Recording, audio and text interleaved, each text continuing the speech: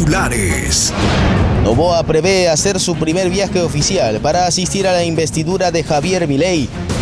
En Guayaquil se ejecutan obras de mitigación ante la llegada de El Niño. Ministerio de Salud anunció repunte de casos de COVID-19. 3 pescadores fueron hallados sin vida en las costas manabitas. La policía decomisa 128 paquetes de marihuana en Esmeraldas.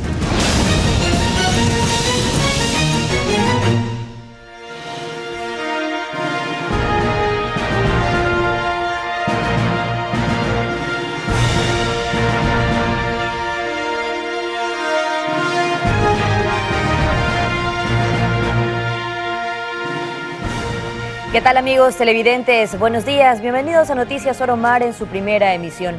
El Banco Interamericano de Desarrollo BID brindará a Ecuador asistencia técnica en energía renovable. Esto en el marco de la actual crisis que vive el país. Pedro, buenos días. Buenos días, Katy, televidentes. Asimismo, con el apoyo del BID se implementará una campaña nacional que fomente en la ciudadanía la cultura de ahorro. Además, el organismo se comprometió a brindar mayor asistencia técnica a los planes de desarrollo que presente el Ministerio de Energía. Con esta información aquí iniciamos Noticias Oro Mar. Mucha atención. El presidente de la República, Daniel Noboa, posesionó la tarde de ayer a 13 gobernadores provinciales y al presidente del Consejo de Gobierno de Galápagos. El primer mandatario también oficializó la designación de la vicepresidenta Verónica Abad como embajadora extraordinaria y plenipotenciaria del país ante el Estado de Israel. Abad deberá presentarse en la Embajada de Ecuador en Tel Aviv el domingo 10 de diciembre.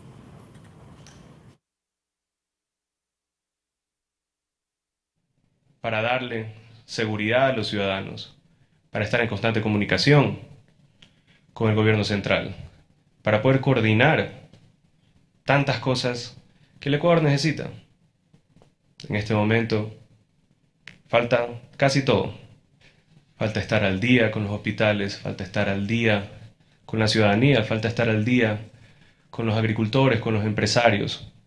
De un gobierno que necesita de honestidad, de entrega a tiempo completo, de pasión, de energía, de respuesta positiva, rápida y oportuna a los grandes desafíos. De un Ecuador del entusiasmo. Para juntos enfrentar a la brutal arremetida de las bandas criminales que intentan destruir al país. No descansaremos hasta eliminar el último reducto de esos criminales que intentan doblegarnos. Danilo Carrera y Hernán Luque, ambos investigados en el caso Encuentro, solicitaron una audiencia de apelación de medidas cautelares ante la disposición de un juez de darles arresto domiciliario y prisión preventiva, pero aún no se ha fijado la fecha. El pasado 24 de noviembre, las defensas de Danilo Carrera y Hernán Luque solicitaron una apelación a las medidas cautelares impuestas por la investigación en curso por el denominado caso Encuentro. Esto luego de que el juez a cargo del proceso ordenara arresto domiciliario y prisión preventiva para Carrera y Luque, por lo que ahora la audiencia de apelación está en manos de otros jueces de la unidad especializada en el juzgamiento de delitos de corrupción y crimen organizado de la Corte Provincial de Pichincha, y aún no se ha fijado fecha para la diligencia. En lo que respecta a la investigación, la Fiscalía tiene más de 80 días para la etapa de instrucción fiscal, donde debe fortalecer sus argumentos y, de ser necesario, incrementar los 28 elementos de convicción que presentaron para justificar la formulación de cargos contra los 8 procesados. Anaí Vélez, Noticias Oro Mar. El asambleísta Carlos Vera informó que él impulsa el juicio político contra el exministro del Interior Juan Zapata por la crisis de inseguridad. Además, se refirió al juicio contra la fiscal Diana Salazar, al que su bancada no apoya. Algunos pedidos de juicio político han sido ingresados a la Asamblea Nacional, entre ellos al exministro Juan Zapata. En lo que tiene que ver a este servidor en representación de Manaví, nosotros hemos propuesto un juicio político en contra del exministro del Interior, el señor Zapata, para efectos de que pueda responder frente a la ola de inseguridad y desgobierno que nos deja como herencia el gobierno anterior. En ese sentido, una vez que hemos cumplido con los requisitos legales de la documentación de las firmas, así como también de los informes correspondientes de la Universidad, de la Unidad Técnica Legislativa y del CAL, se está procediendo a dar el trámite correspondiente para que una vez que se verifique la viabilidad, así como también el momento en el que se encuentra este juicio político, pueda pues ejercerse la labor correspondiente de derecho a la defensa por la contraparte y nosotros con los argumentos debidos. Otro de los procesos políticos en curso es contra la fiscal Diana Salazar, aunque este fue impulsado por el correísmo. Sin embargo, el legislador reiteró que no apoyarán llevarla a juicio. Para un juicio político existen causales y dentro de las causales que se argumentan no se ajusta a la situación de realidad jurídica, así como también dentro del uso de las facultades y funciones de la señora fiscal general. Y en segundo lugar, evidentemente, nosotros creemos que el respeto a la institucionalidad entre los diferentes poderes del Estado y la propia institucionalidad de la Fiscalía General del Estado está llevando adelante pues un funcionamiento que dentro del uso de sus facultades está siendo ajustado a la ley. Para que estos juicios inicien, primero deben culminar los que están represados tras la disolución de la Asamblea. Anaí Vélez, Noticias Oromar. El exministro de Inclusión Económica y Social, Iván Espinel, fue trasladado desde la cárcel regional de Guayas hacia una casa de salud privada de la provincia de Manabí. Así lo dio a conocer el Servicio Nacional de Atención Integral de Personas Adultas Privadas de la Libertad y Adolescentes Infractores, SNAI. El reporte indica que el juez de la Unidad Judicial Especializada de Garantías Penales, Juan Carlos Terán, fue quien dispuso el traslado de Espinel, argumentando que en dicho establecimiento se garantizará su derecho a la salud. Además, en el comunicado se indica que el pasado 1 de abril Espinel pretendió salir en libertad, haciendo uso de las garantías jurisdiccionales que prevé el ordenamiento jurídico. Y este martes 5 de diciembre, el presidente del Consejo de la Judicatura, Wilman Terán, y los vocales del Consejo Nacional Electoral se reunieron con el presidente de la República, Daniel Noboa. Esto como parte de un acto de coordinación con las entidades del Estado. A la cita, que fue reservada y se realizó en el Salón de Gabinetes de la Casa de Gobierno, asistieron el secretario de la Administración Pública, Arturo Félix, y el ministro de Economía y Finanzas, Juan Carlos Vega. En el caso de Terán, la prioridad era exponer la necesidad de recursos para atender a la función judicial, mientras que el vicepresidente del CNE, Enrique Pita, informó que el encuentro fue con la finalidad de fortalecer la colaboración entre funciones del Estado y la democracia.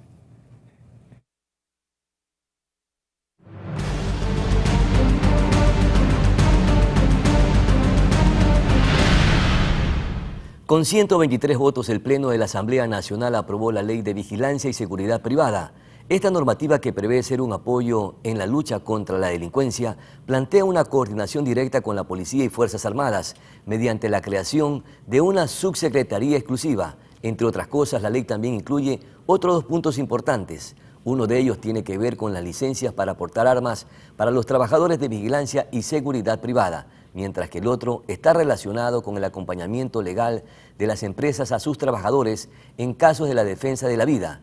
La Asamblea remitirá el texto ejecutivo para su revisión y, si no hay observaciones, la norma entrará en vigencia.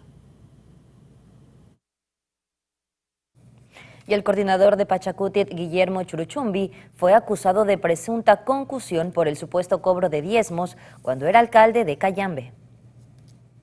La Fiscalía General del Estado formuló cargos por presunta concusión contra el exalcalde de Cayambe y actual coordinador de Pachacutic, Guillermo Churuchumbi, y 4 personas más. En la audiencia, que se cumplió en el Complejo Judicial Norte de Quito, el juez dispuso la prohibición de salida del país y presentaciones semanales en las dependencias de la Fiscalía una vez por semana para los 5 implicados. Dichas medidas deben cumplirse mientras dure la instrucción fiscal, cuyo plazo es de 90 días. La acusación se basa en una supuesta gestión de cobros ilegales del 5% de la remuneración mensual a funcionarios municipales cuando Churuchumbi era alcalde de Cayambe. Esto según las denuncias de los trabajadores del municipio que constan en la acusación formal de la Fiscalía.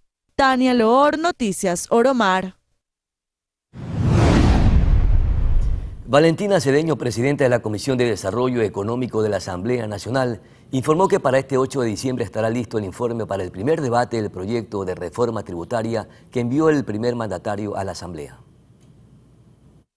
La Comisión de Desarrollo Económico ha continuado con las comparecencias de cara al análisis del proyecto de reforma tributaria enviado por el presidente Daniel Noboa. Reconsiderado el tema de los plazos, en un inicio habíamos pensado tener el informe para el día lunes 11 de diciembre, ahora estamos analizándolo tener para este viernes ya la aprobación del informe, porque los asambleístas que forman parte de la comisión coincidimos en que estamos de acuerdo con los conceptos macros de la ley y que hay que perderle el miedo a las alianzas público-privadas, hay que perder también dejar de lado la concepción de que la participación del privado en un proyecto es la privatización.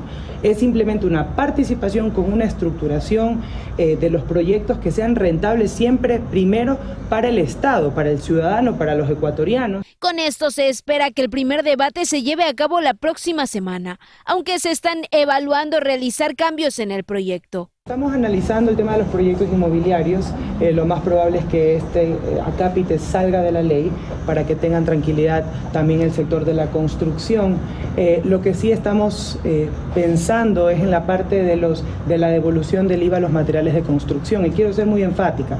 El espíritu de la devolución del IVA es que le pueda el ciudadano de a pie, hombres, mujeres que quieran hacer una casa, que quieran invertir en materiales de construcción, que no tengan que pagar por ese IVA y que se fomente la construcción de más casas y de más infraestructura.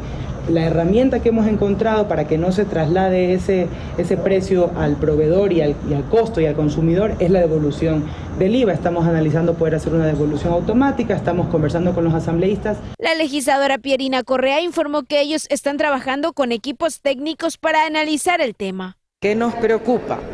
El tema, por ejemplo, de la condonación de deudas. La amnistía tributaria que lastimosamente va dirigida a ¿quiénes? A las grandes empresas y que ya han sido beneficiadas anteriormente de otras amnistías, de otras condonaciones y se vuelve a beneficiar a los grandes empresarios. Recuerden que la evasión tributaria es un delito, no es un tema de que si nos gusta o no. Y ¿qué pasa? Se pone doblemente en evidencia esto porque, no lo decimos nosotros, lo dice el SRI, que el mayor deudor al SRI en temas de impuestos es el Grupo Noboa. Esta reforma también plantea que las personas naturales solo podrían vender una vivienda cada 5 años sin pagar impuesto a la renta. Anaí Vélez, Noticias Soromar.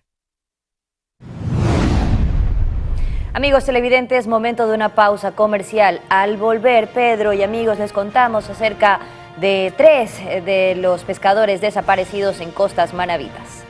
Lamentable esto. Y también estaremos conversando con la asambleísta Adriana García de Gente Buena, precisamente sobre estos procesos de fiscalización que se están impulsando en la Asamblea Nacional. Y probablemente se venga otro juicio político en contra del presidente del Consejo de la Judicatura y 2 vocales de esta misma organización. Vamos a nuestra pausa publicitaria, enseguida volvemos.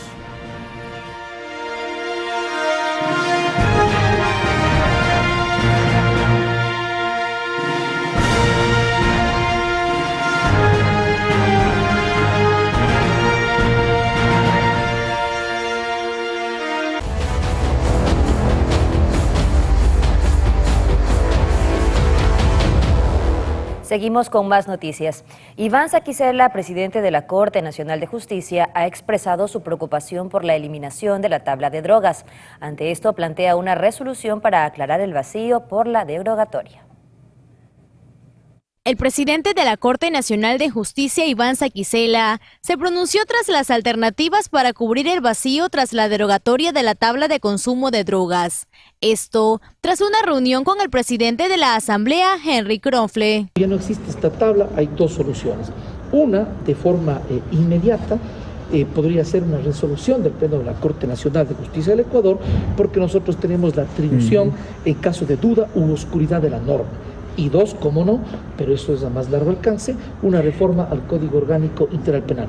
Saquicela insistió en que cada proceso judicial debe ser diferenciado. En este mismo sentido, indicó se conformó un grupo de trabajo entre la Sala Penal de la Corte y el Ministerio de Gobierno. Con esto, se espera presentar una propuesta de resolución la próxima semana. Finalmente, ¿cuál es el reto? En cada proceso penal se tiene que diferenciar. Si es que hay un consumidor, eso no puede ser castigado porque manda el artículo 364 de la Constitución que las adicciones no pueden ser criminalizadas. ¿Y distinguirlo con qué? Con una conducta de venta y de tráfico que siempre estuvo castigado y que no puede quedar en impunidad. Recordemos que el pasado 23 de noviembre, el presidente Daniel Noboa emitió el decreto ejecutivo que dispuso al Ministerio del Interior la derogación de la resolución que contenía la tabla de drogas. Katia Mero, Noticias Oromar. El presidente de la República, Daniel Noboa, mediante decreto ejecutivo designó a Alan Sierra como el director general de la Unidad de Análisis Financiero y Económico, UAFE. Sierra desempeñó cargos como director nacional de prevención de lavado de activos de la Superintendencia de Compañías, Valores y Seguros. Además fue miembro de la Asociación de Especialistas en Antilavado de Dinero en Miami, Estados Unidos. Es economista y cuenta con una maestría en negocios internacionales. UAFE es la entidad técnica encargada de recopilar información, elaborar informes, implementar políticas y estrategias a nivel nacional para prevenir y erradicar el lavado de activos y el financiamiento de delitos, y está anexa al Ministerio de Economía y Finanzas. El viceministro de Gobierno, Carlos Espinosa, ratificó este martes que el Gobierno Nacional está planificando una consulta popular para el 2024. Las preguntas serán presentadas en el mes de enero. Las preguntas de la consulta popular, una propuesta de campaña del presidente Daniel Noboa, se conocerán a principios del 2024. El viceministro de Gobierno dio detalles en una entrevista en un medio nacional. Los temas relevantes realmente en este momento es justamente lo que está alrededor de seguridad, el involucramiento del operativo de Fuerzas Armadas, de Policía, la parte de coordinación y por supuesto también otros temas relacionados con empleo y también el sistema de justicia en sí. En cuanto al número de interrogantes que se pondrían dentro de la consulta, Espinosa detalló que se tiene previsto sean preguntas específicas, no más de 5. Sobre el tema de seguridad, se indicó que simultáneamente a lo que se trata al interior de la Asamblea Nacional, se analiza también dentro del gabinete. La consulta popular es uno de los ofrecimientos de Noboa en campaña. La idea es que este llamado a las urnas permita ejecutar planes a largo plazo. Noboa sería el cuarto presidente que plantea una consulta popular desde la aprobación de la Constitución en el 2018. Katia Mero, Noticias Oromar. Ahora les contamos que Daniel Noboa prevé hacer su primer viaje oficial como presidente de Ecuador a Buenos Aires para asistir a la investidura del mandatario electo de Argentina, Javier Milei, cuya ceremonia se llevará a cabo el próximo domingo. Noboa acudirá a Argentina acompañado de su ministra de Relaciones Exteriores y Movilidad Humana, Gabriela Sommerfield. Recordemos que a la investidura no podrá acudir la vicepresidenta Verónica Abad, a quien Noboa ha enviado de embajadora a Israel, con la orden de que inicie sus funciones en Tel Aviv el mismo domingo, tras haberle encargado la misión de promover la paz entre israelíes y palestinos.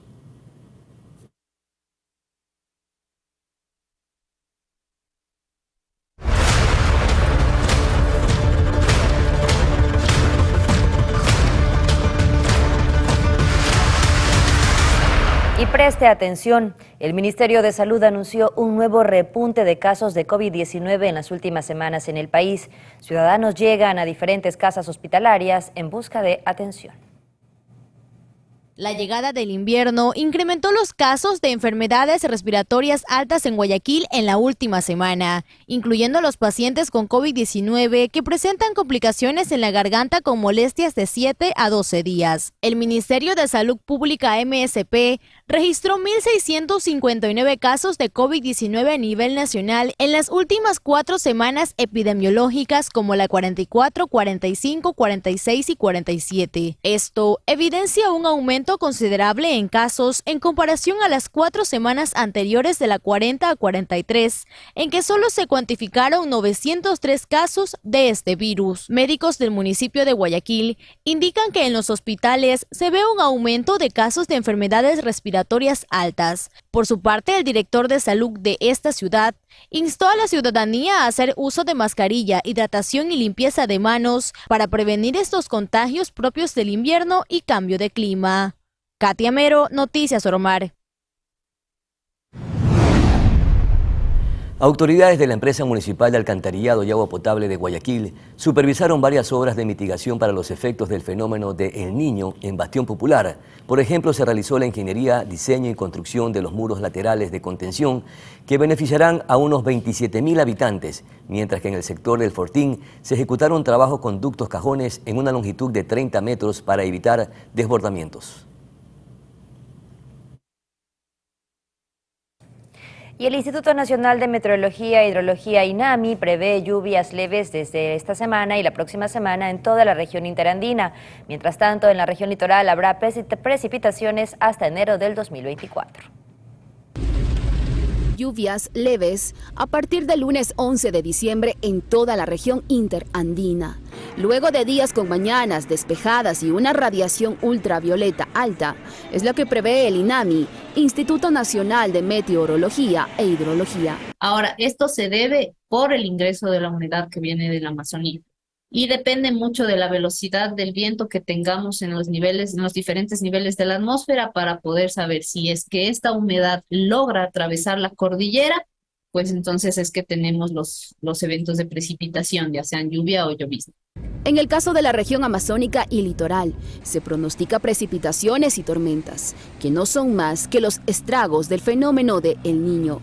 Hay que recordar que los eventos de precipitación al norte del litoral se han dado, pero en la zona interior de Esmeraldas, en lo que viene a ser la provincia de Santo Domingo, la zona noroccidental de Pichincha, las lluvias para la región sur o para la zona sur de la región litoral se espera que se den desde enero, una vez que de la zona de convergencia intertropical descienda y podamos nosotros tener este acople oceano-atmosférico que va a provocar que se tenga la formación de nubes de gran altitud, que son las que provocan las lluvias intensas acompañadas de tormentas.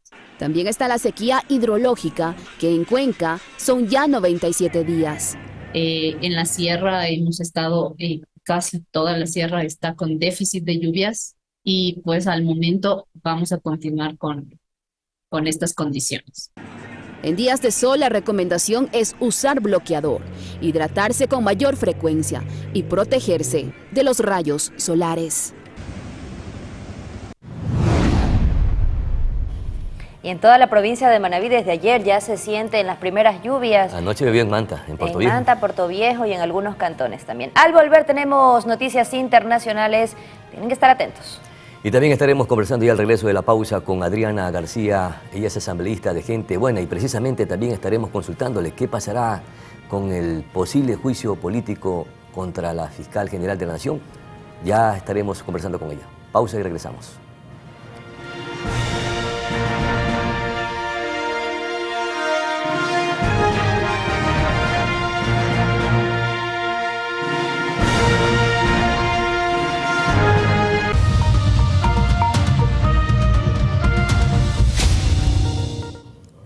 Y en las 2 primeras semanas de haberse instalado la Asamblea Nacional, ya se presentaron 3 solicitudes de juicio político en contra del exministro del Interior, Juan Zapata, por la inseguridad que vive el país, por esta crisis de inseguridad.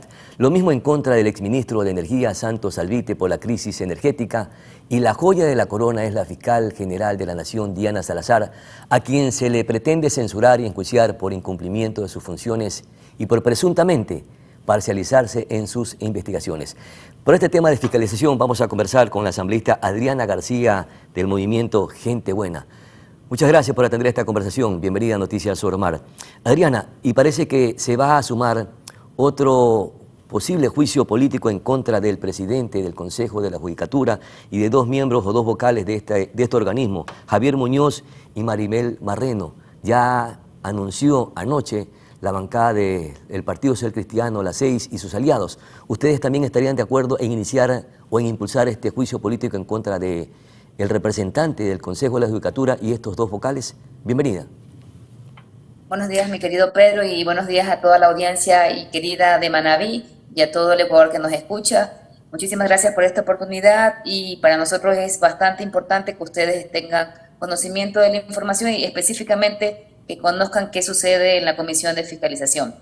Como usted refiere, hay juicios políticos que están también actualmente escuchándose, pero también hay unos que están represados con el gobierno anterior y como usted conoce, se dio por finalizada la Asamblea Nacional, entonces a los cuales nosotros le vamos a dar prioridad. Entre esos también está el juicio político al exministro de Transporte y Obras Públicas, y hay un caso especial ahí, que es el contrato de concesión que existe con la Autoridad Portuaria de Manta y el contrato con la empresa chilena Agunza. Respecto a los otros casos que corresponden a juicio político, el de la fiscal Diana Salazar, nosotros como movimiento Gente Buena, nosotros no compartimos ni que exista ni persecución política, ni tampoco la impunidad, por lo cual no vamos a continuar con ese proceso. Vamos a hacer un análisis de todos los casos que estén pendientes y de los que actuales se estén formulando. Alrededor del probable juicio político en contra de la fiscal Diana Salazar, tengo un par de interrogantes, pero esas las dejaremos más adelante, porque le pregunté inicialmente si ustedes apoyarían este posible juicio político en contra del presidente del Consejo de la Judicatura, Wilman Terán, y los vocales Javier Muñoz y la ex vocal Maribel Barreno. La bancada de las 6 y aliados, Partido Social Cristiano, ha dicho que va a suscribir este juicio político. ¿Ustedes también se sumarán? Pero el señor Terán realmente deja mucho que pensar en relación a su comportamiento. He escuchado también mucha información referente a él y estamos de acuerdo en apoyar también un juicio político.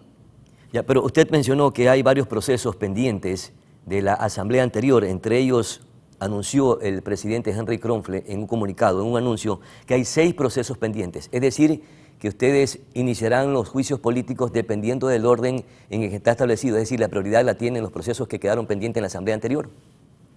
Vamos a dar a primero prioridad y hemos pedido información de igual manera que existe ya en la Comisión de Fiscalización, que fue la anterior administración, para que todo esto sea transparentado y acorde a la importancia y lo relevante podamos ir un poco generando esa agilidad en el proceso.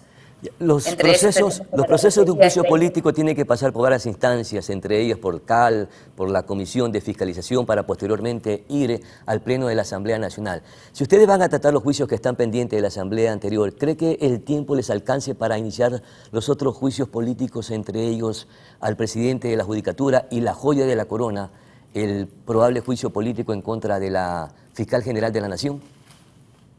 Todos los asambleístas pueden colocar sus solicitudes de requerir juicio político, pero eso no significa que todos van a ser atendidos a la forma que ellos requieran.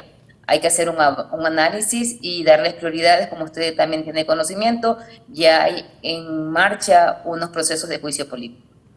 Primero se tienen que hacer debates internos en la Comisión de Fiscalización, también revisar los aportes y los contraportes de un probable juicio político en el CAL para ver si es que aprueba el juicio político o el inicio del trámite de juicio político de cualquier asambleísta. Eso le permitirá a ustedes tener un tiempo prudencial para que los juicios se prolonguen en el tiempo y sean de largo aliento. Primero el CAL tiene que evaluar todos los requerimientos que los asambleístas generen. Después de este proceso es que pasaría a la Comisión de Fiscalización. Pero nosotros como comisión ya hemos tenido varias reuniones y hemos también armado una agenda en relación a los procesos de fiscalización, porque como comisión tampoco podemos detenernos. Como es el caso, actualmente estamos haciendo una verificación y un proceso de análisis de la información de lo que respecta a la crisis energética. Hoy eso ha sido una prioridad de la ciudadanía, sin considerar que hay temas también relevantes y urgentes como son el sector salud, educación, el Ministerio de Transporte y Obras Públicas, que específicamente hablamos de los puertos, las vías de aeropuertos, que también están pendientes y la ciudadanía necesita tener respuestas. De otra manera le voy a hacer la interrogante. Hay 6 juicios políticos pendientes de la asamblea anterior. ¿Qué tiempo les tomará a la asamblea para evacuar estos 6 procesos e iniciar los otros que están impulsando en esta nueva asamblea?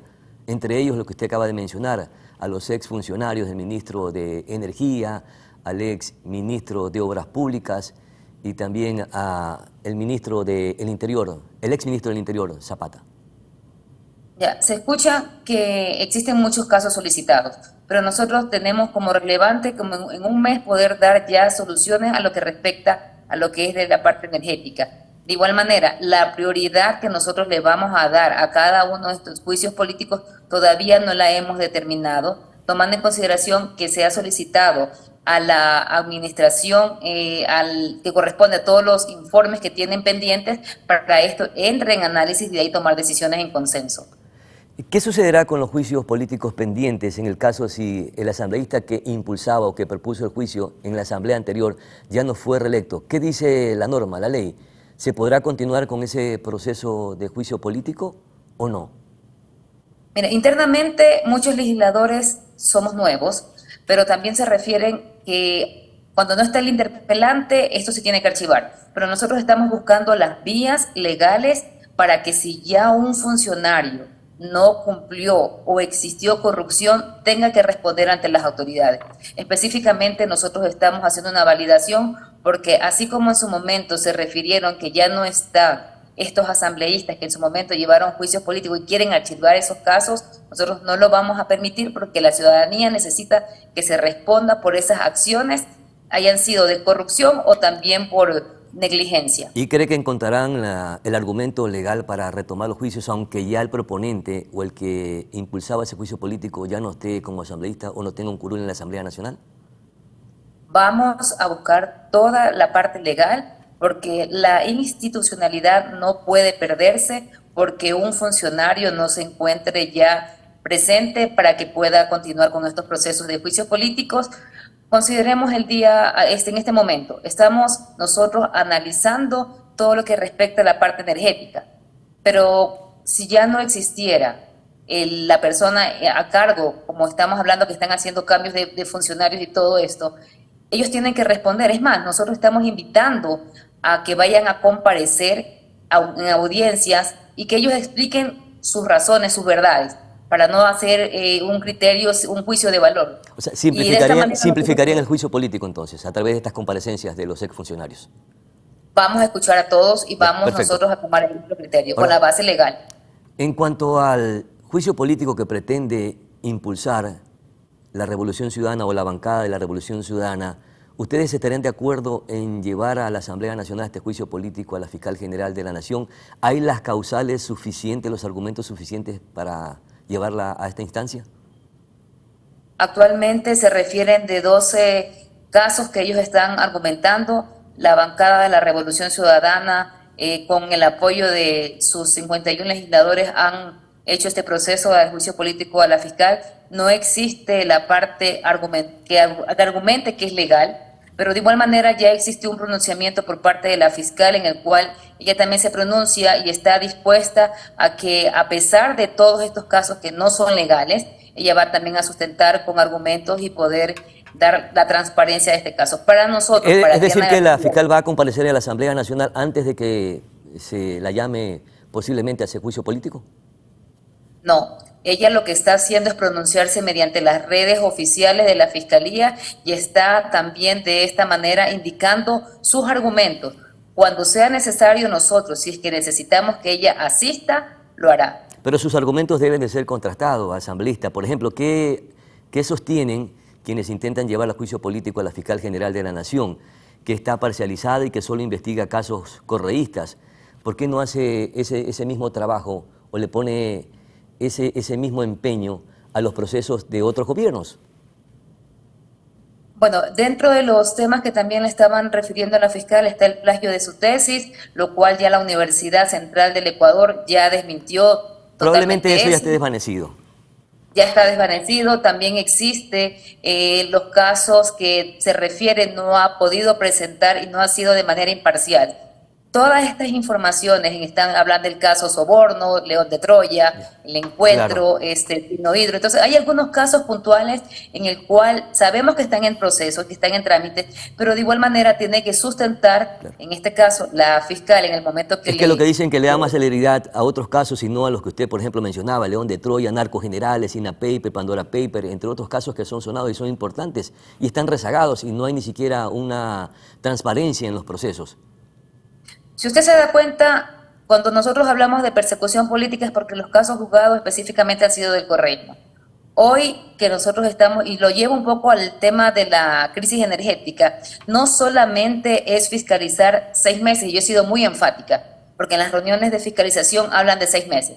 No son 6 meses, es verificar desde que esas obras hidroeléctricas se realizaron, todos esos procesos que hicieron, la entrega de conformidad con el proveedor específicamente, si fueron conforme, todo ese proceso de mantenimiento que ha venido arrastrando en todos estos años y que si ha sido de manera adecuada o no. Y esto no aplica solo 6 meses. Este es un proceso que tiene que ser analizado en los gobiernos anteriores, y yo específicamente he dicho, sin mirar nombres, sino específicamente los procesos que se han ejecutado, correcta o incorrectamente. Perfecto, muchísimas gracias.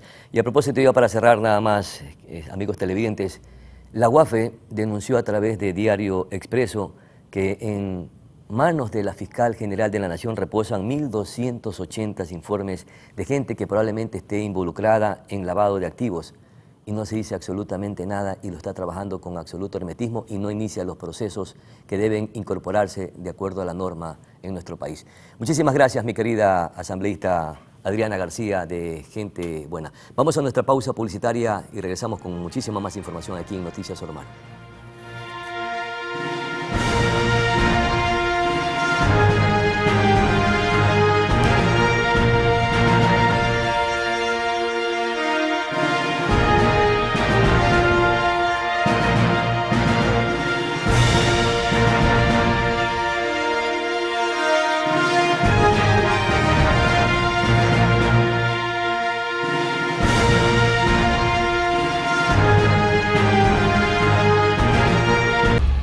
Amigos televidentes, gracias. Estamos despidiendo este espacio de noticias, no sin antes enviar un fraterno saludo a nuestros hermanos de la capital de los ecuatorianos. Mañana, a propósito, tendremos una entrevista con el concejal Andrés Campaña, precisamente para hablar del metro en Quito, cómo está funcionando. Felicidades a nuestros hermanos de la capital de los ecuatorianos. Buenos días.